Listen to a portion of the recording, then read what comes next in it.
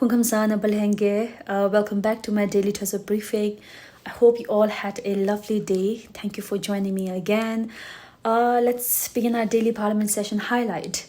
The second day of the 17th Tibetan Parliament in Exile's 6th session was convened by Honorable Droltsog Tempela at 9:30 a.m., as you know. So the continuation of the deliberation over the motion for the solidarity of urgent situation inside Tibet was tabled, and the proceeding continued with Chitus deliberating over the resolution until about noon. The deliberations consisted of suggestions and analysis of parliamentarians on Tibet advocacy and messaging around the advocacy program. There was a common understanding and acknowledgement of Tibetan government in exile and its legitimacy in moving forward as a movement and a democratic institution. The outreach to the Tibetan youth and providing a positive inspiration along with coordination and collaboration with them was stressed by several Chitu. Honorable Sikyong also tabled his positions in the resolution deliberation. He recognized the slowing and the troubling Chinese economy, resulting in its effect on the administrative tasks within the mainland China. While nations like India is witnessing a spike in people's purchasing power, there is an opposite indication in China. Moreover, a growing number of unemployment, particularly amongst the Chinese youth, is striking. He also highlighted that the trust deficit from international communities and their leaders vis-a-vis China remains the major flashpoint. Honorable Sikyong reiterated that the aggressive moves by Beijing has resulted in that lack of trust from every nation, while China claims resolving disagreements with diplomacy and negotiation. He also stressed the importance of various political ideologies amongst the Tibetan community to work in collaboration to seek an official recognition of Tibet as an independent country historically, while Honorable Sikyong emphasized the need to do so to find legitimacy for the advocacy of Tibet's meaningful autonomy. I would interject that this campaign should legitimize our just right to reassert Tibet's independence movement, Rangzin Thapse. So I would add that it is paramount for every Tibetan in the free world to collectively work on achieving that on the ground level.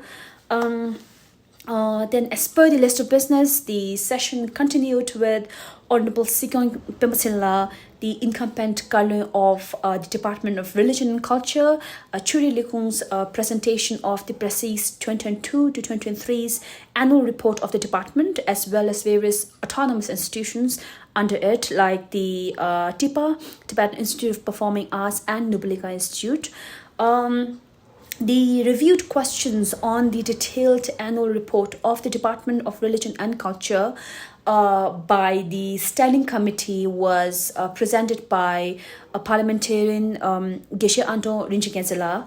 I assume you all know from my old Tezo highlights that the Standing Committee receives the detailed report on each department and its autonomous bodies a few months before the parliament session, and the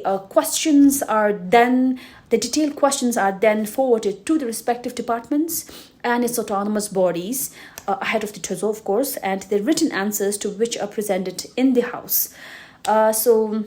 With the motion for the debate on Churi Lihung's concise report and its review by Standing Committee, Honorable Sikyong Pimpasinla, the incumbent Kalun of Churi Lihung, presented, or should I say, read out the department's clarifications.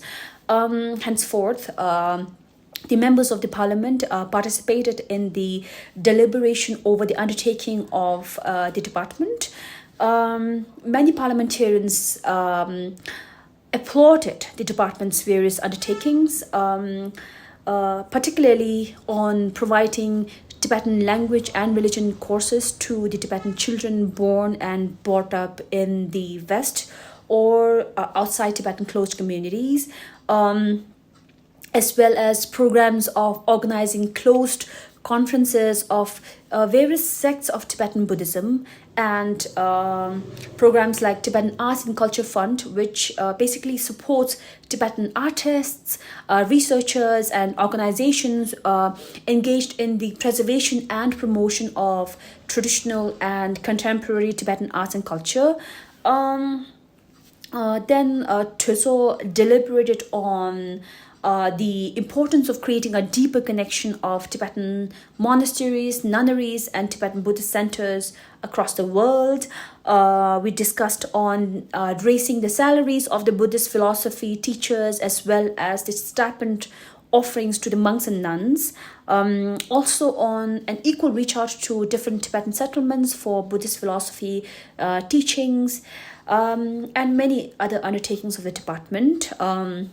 Honorable Sikyong, the incumbent Kalung of Churi Lekung, provided the requisite clarifications to the queries and suggestions raised in the House. The deliberation on the undertaking of the Department of Religion and Culture, Churi Lekung, shall continue on tomorrow's sitting.